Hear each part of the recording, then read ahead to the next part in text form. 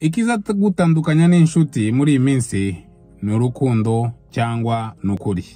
Kuvugisha ukuri cyangwa gupracticinga kuvuga ku rukundo ni ibintu bisigaye bitandukanya abantu, bikagutandukanya n'umuvandimwe, bikagutandukanya n'abo bita inshuti, bikagutandukanya n'umuturanyi. Fata urugero, ntabwo urabona umuntu mwumvikanaga ariko mukaza gutandukana nawe cyangwa mukaba mutanavugana kubera ko wamubwije ukuri.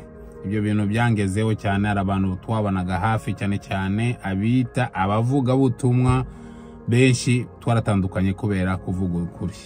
Navugisha ukuri gute? Ku masomo abari muri Yakobo igice cya mbere umurongo wa 27, aho uriya mugabo muramuzi neza wabyanditse. Yakobo yari umuvandimwe wa Yesu, yapingaga Yesu, ariko nyuma yaje kuba umukozi ukomeye cyane w'Imana. Aravuga ngo idini nyakuri risura imfubyi n'abapfakazi. Egera pastor aho ngaho mubwire, pastor, kubera iki tutajya dufata umwanya wo gukora contribution cyangwa fundraising mu rusengero wo kubakira umupfakazi?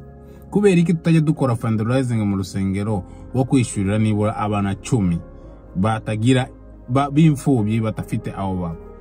Kandi tuba tubazi benshi. Ukuri rero kuradutandukanya, ariko niko kintu tushingiyeho ahangaha kuri channel yacu yitwa Dusangire.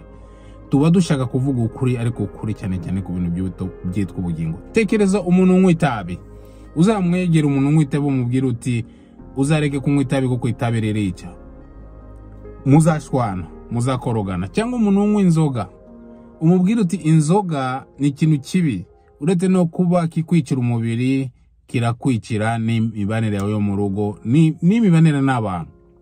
Ariko byo byose iyo bivuze ubibwiye umuntu, biba bimeze nk'ukuntu wajya kubwira pastor ukamubwira uti pastor, ko Yesu yatubwiye yuko ngo dukundane, ko Yesu yavuze yuko ko ari muri Matayo 25:30 cyangwa tugenda kwa 40, aravuga ati nzababwira ngo iyo mwafashije bari hasi, babandi ducaho Nyabugogo, ducaho mu isoko rya Bujumbura, bari Yesu yaravuze ngo nubaca utigeze ubafasha ni njyewe wa utafashije.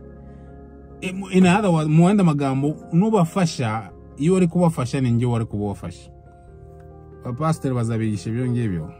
Ntago bashobora kubikwigisha ibyo ngibyo, ahubwo batwigisha cyane baba bagamije muzarebe. Reka mbabwire, mugende kuri Dusangire channel yanjye, nkunda kuvuga njye na madamu rimwe na rimwe turamutumiza tukavuga cyane ku bintu by'ukuri by'ubugingo. Ibintu twanga yuko bidutandukanya n'abantu kubivuga, twibuke yuko nibyo bitwegereza ku Mana, bitutandukana n'abantu bikatwegereza ku Mana. Nikiye duhitamo. Reka jya kuri YouTube ushake Dusangire, ndashira nayo link hanga muri comment ya Dusangire. Turavoyaja, tukora ingendo mu bintu bitandukanye cyane by'ubumuntu, tukanagira n'ijambo ku bumuntu. Grace. Imana ibaho umugisha.